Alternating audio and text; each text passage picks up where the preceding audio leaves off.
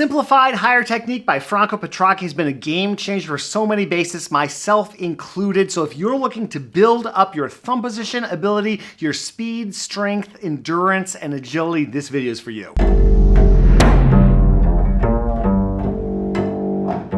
My college bass teacher introduced me to Simplified Higher Technique, and it totally blew my mind because until this point, I was kind of thinking note by note on the bass, especially in thumb position. If I found this G, for example, I knew that I was on second finger, but I didn't really have a good sense of where any other finger was oriented, so it was very much just focused on the active finger and not really much else. And from the get-go, Petracchi breaks down the left hand and creates this fingering system that if you just take this fingering system and apply it to what you do on the bass, I think it's going to have a major impact on your playing. So he starts on the note E right here. So if we were in a traditional position right here at the neck block, that would be where fourth finger is, this E, same as the open E. We're going to put thumb on there.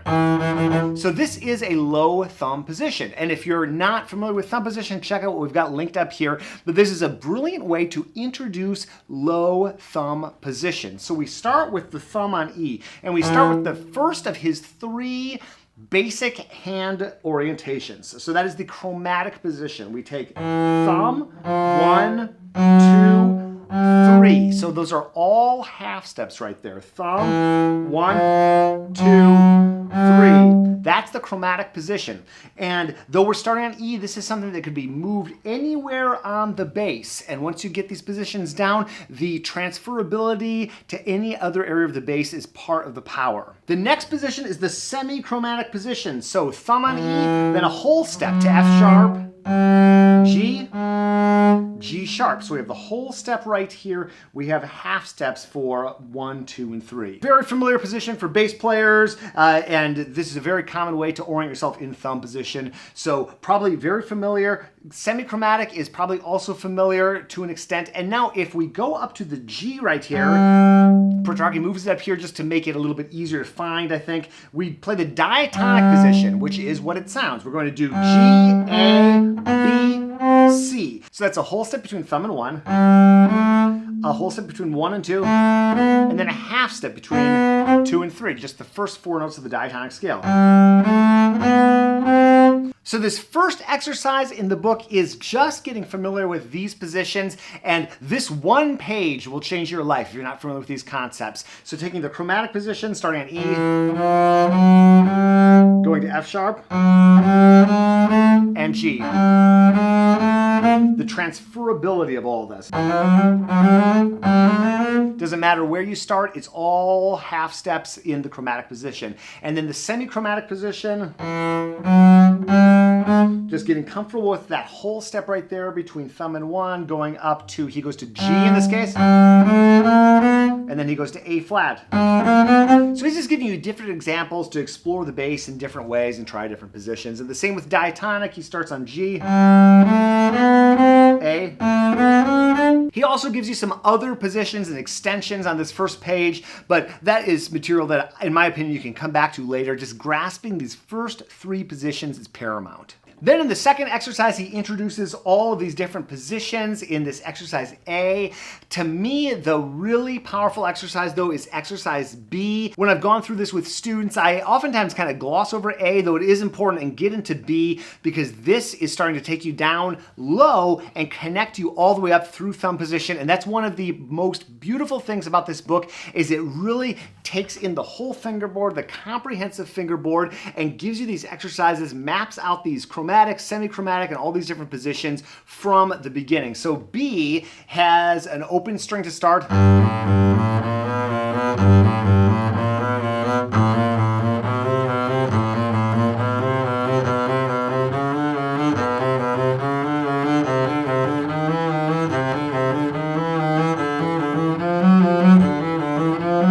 And now here on this E is where we're going to go into the chromatic position.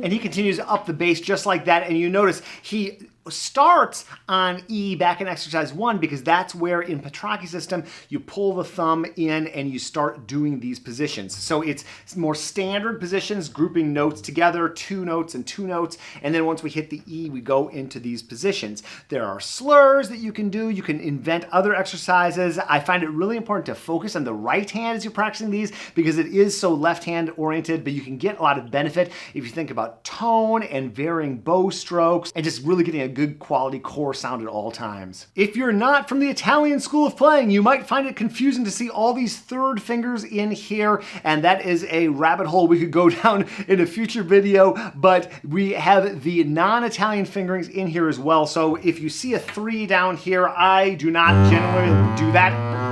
That's an Italian thing. It's cool, it's just not what I was taught, so I do the lower fingerings. And that is throughout the book. They've got those multiple fingerings. And even when there are some multiple fingering options, the concept might be the same, but the fingerings are just different, so Petracchi presents multiple options. If this is all new to you, and it's likely to be new to you if you're watching this video, definitely take your time on this and break it down. Maybe just get to that first G octave, and then start the next octave and go much slower.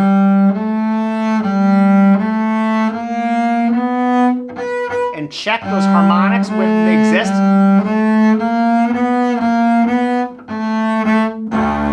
You can check all those notes against open strings and continue up chromatic position.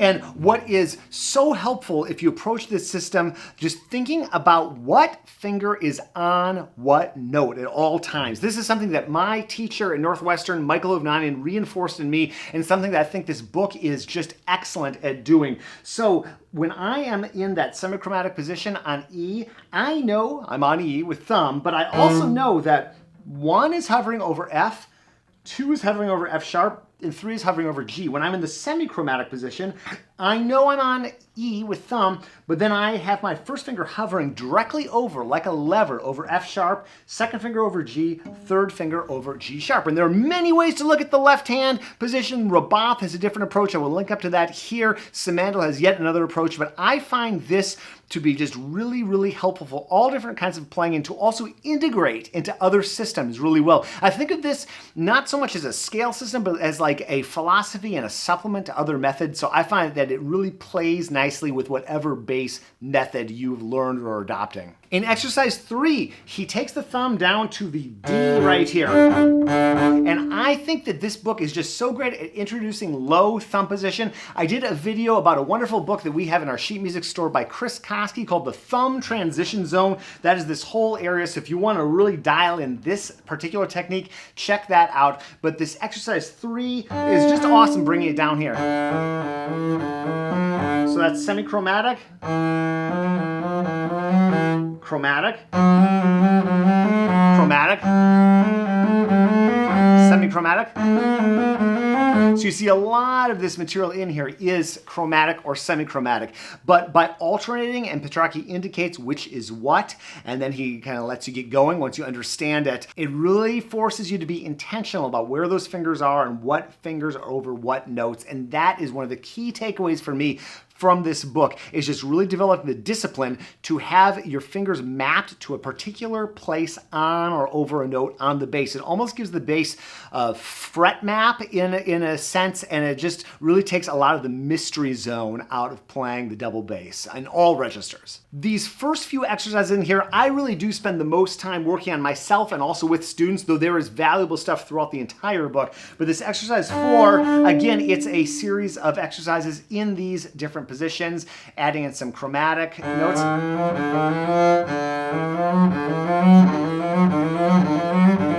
So you're going between chromatic, semi-chromatic, moving the thumb, going up, semi-chromatic, chromatic, semi-chromatic. Similar in some ways to Roboth's crab technique, but not exactly the same, but a wonderful way to learn how to navigate the fingerboard and just alternate between these chromatic and semi-chromatic positions. And you will notice throughout this book that these exercises are mighty. They are a lot of material, and definitely take your time when you're getting fatigued, and you'll probably get fatigued. I still get fatigued when I play these.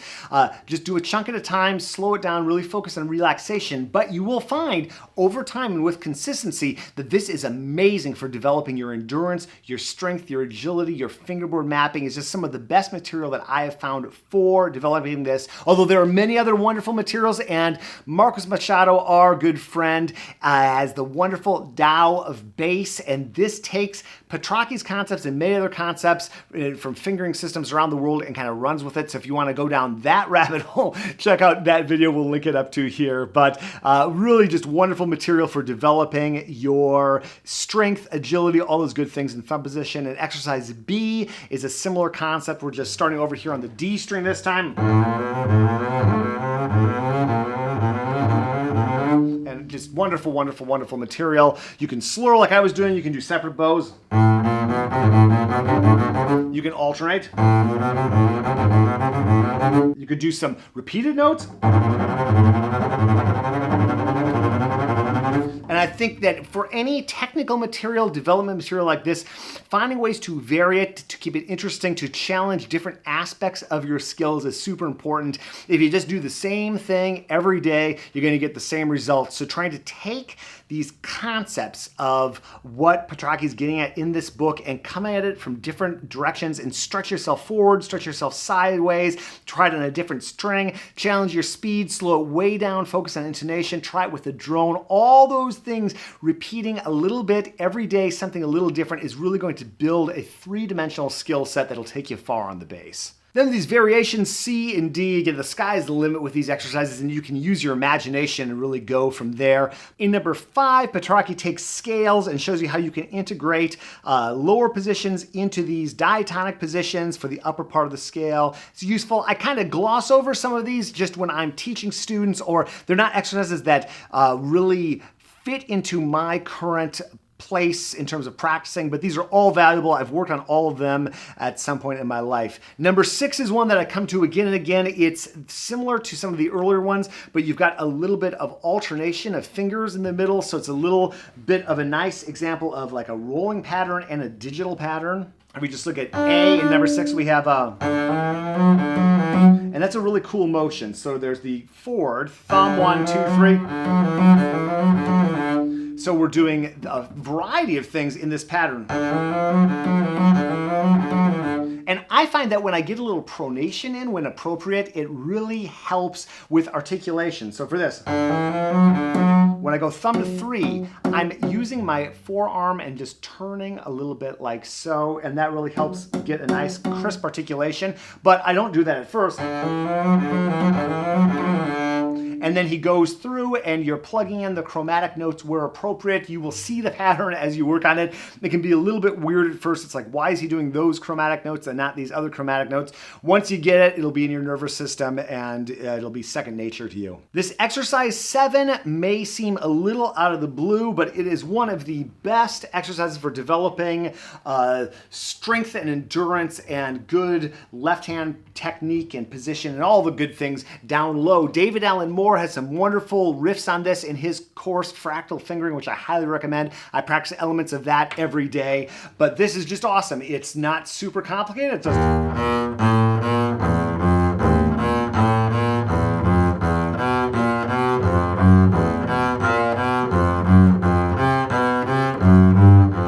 But thinking about good tone, good intonation, being nice and anchored, but still staying relaxed and flexible, building up speed, building up endurance. It's just fantastic for that. And it goes way up into thumb position, and then all sorts of variations that you can do. And the sky's the limit. Invent your own variations too, of course, for all of these. You can take these and do double stops too. I found these to be wonderful. I do these to this day.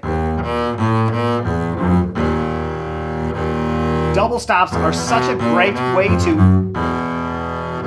develop your overall technique. Number 9 is kind of combining what we've learned, and I love the double stops throughout all these exercises.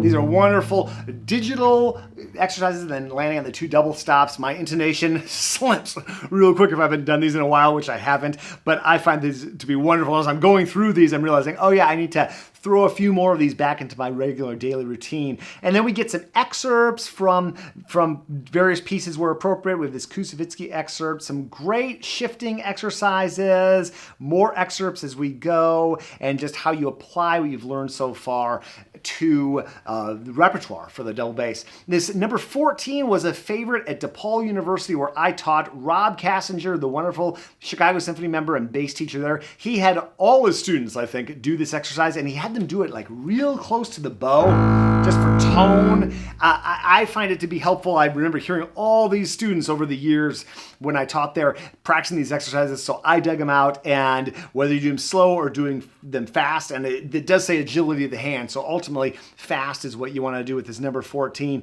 It's just super cool and a super cool way to look at different fingerings in lower positions, and it just goes up and down the bass. You just look at the amount of material we have here. It's pretty impressive. More excerpts, more shifting exercises, legato exercises, and then this arpeggio exercise, number 17, is something that I do to this day. I was doing it just 2 weeks ago when I was subbing in San Francisco Symphony. I love this pattern. I do not always do this fingering, but it's just a series of dominant sevenths. And he goes 3 octaves, I find, so I'm not showboating or quote unquote showboating when I'm warming up. I just do 2 octaves, but connecting these all is a wonderful arpeggio exercise. If I have time to do 1 arpeggio exercise in a day, I still do this number 17 in Petracchi. I've got it memorized, and it just brings me so much benefit. And more arpeggios, harmonics, fourths, more excerpts from different repertoire, just really, really wonderful stuff. That's a look at the Petracchi Simplified Higher technique, but you want to use some sort of scale system along with this in my experience, so check out what we've got linked up, and we'll see you in the next one.